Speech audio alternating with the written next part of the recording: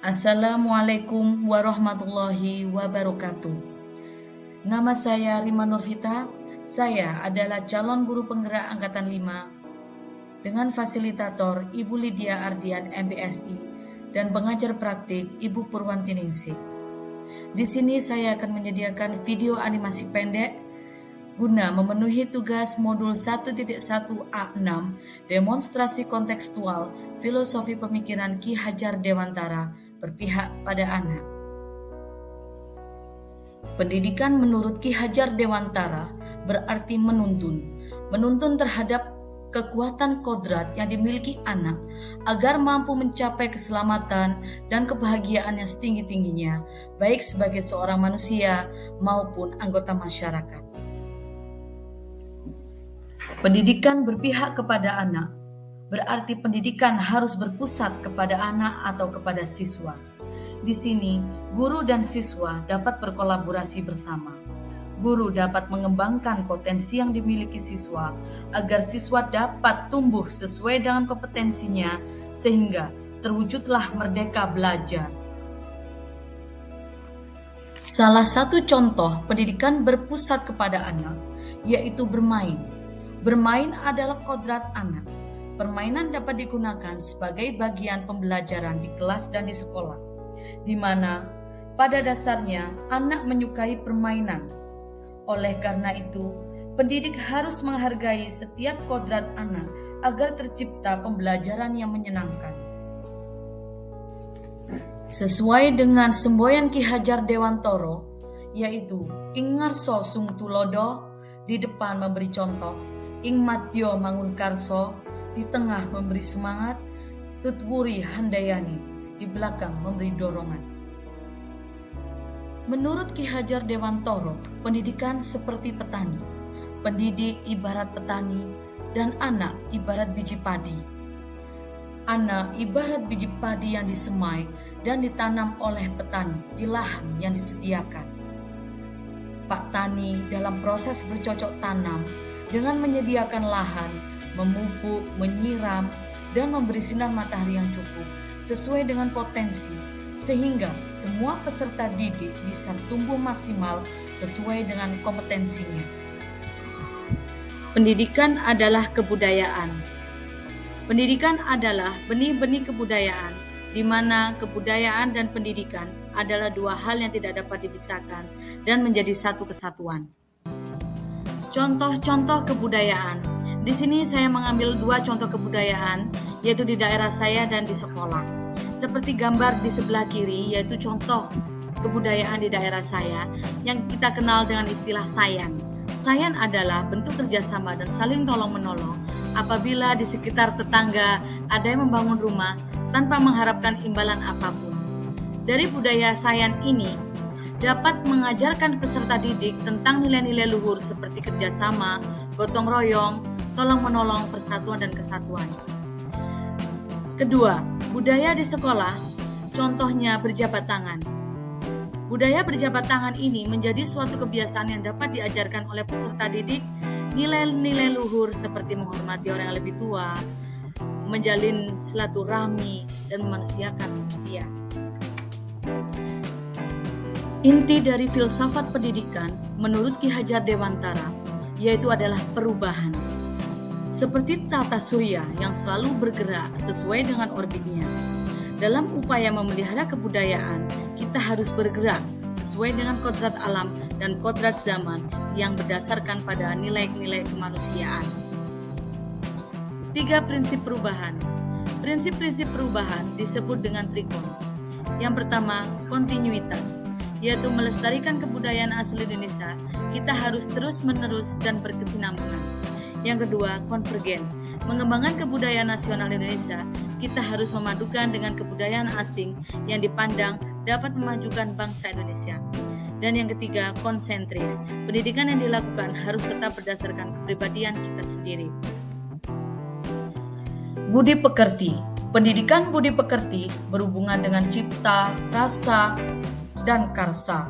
Cipta adalah menajamkan pikiran, rasa menghaluskan perasaan, karsa memperkuat kemauan, dan pekerti membangkitkan tenaga. Di mana budi pekerti watak, dan karakter adalah persatuan yang harmonis antara gerak pikir, perasaan, dan kemauan, sehingga menimbulkan tenaga dan kemauan. Pendidikan menghamba pada anak. Kata menghamba di sini adalah menghargai anak sesuai dengan kodratnya. Pendidikan yang berpusat pada siswa. Pendidik harus berorientasi penuh pada kodrat siswa, karena anak memiliki karakteristik yang berbeda-beda dan sangat unik. Sehingga terciptalah profil pelajar Pancasila. Profil pelajar Pancasila. Profil pelajar Pancasila memiliki 6 prinsip. Yang pertama, beriman, bertakwa kepada Tuhan Yang Maha Esa dan berakhlak mulia. Kedua, mandiri, bernalar kritis, kreatif, bergotong royong, dan berkebinekaan global. Berikut adalah implementasi di kelas. Hal-hal yang perlu diperhatikan. Nomor 1, pendidikan harus berpusat kepada anak. Ini maksudnya, pendidik harus menghargai setiap kodrat anak. Yang kedua, pendidikan harus menyenangkan, seperti menggunakan permainan dalam pembelajaran. Yang ketiga, memberikan kesempatan pada siswa untuk berpikir kritis dan berkreasi. Yang keempat, membangun kolaborasi yang baik antara siswa, pendidik, dan orang tua. Berikut adalah tantangan-tantangan yang terjadi.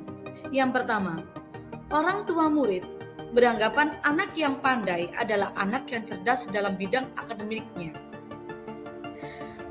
Hal ini tentu kurang sesuai dengan pemikiran Ki Hajar Dewantara, di mana menurut Ki Hajar Dewantara, anak memiliki kodrat dan karakteristik yang berbeda, di mana guru harus menghargai dan menghormati setiap perbedaan anak. Yang kedua, kurangnya minat anak dalam belajar. Hal ini dikarenakan anak berpandangan bahwa belajar itu sangatlah membosankan.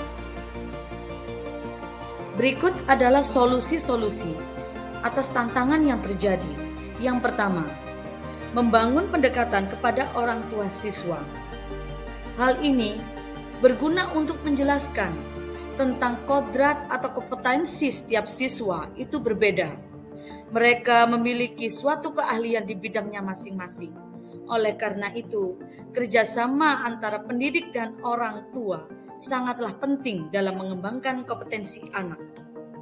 Cerdas bukanlah hanya di bidang akademik, namun anak yang mampu membawa dirinya kepada perubahan, namun tetap mempertahankan nilai-nilai luhur, agama, dan budi pekerti, agar terciptalah pelajar Pancasila. Dan yang kedua, menggunakan metode pembelajaran yang menyenangkan. Hal ini bisa kita contohkan seperti menggunakan metode permainan dalam pembelajaran. Sesungguhnya kodrat anak adalah bermain. Sebagai pendidik, kita harus mampu menciptakan suasana pembelajaran yang menyenangkan bagi anak.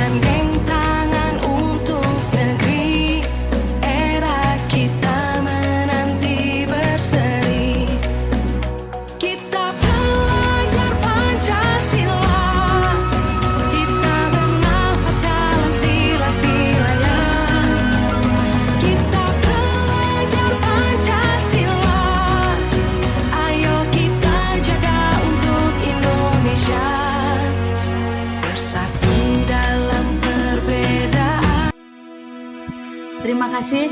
Sekian video dari saya. Salam Merdeka Belajar. Wassalamualaikum warahmatullahi wabarakatuh. wabarakatuh.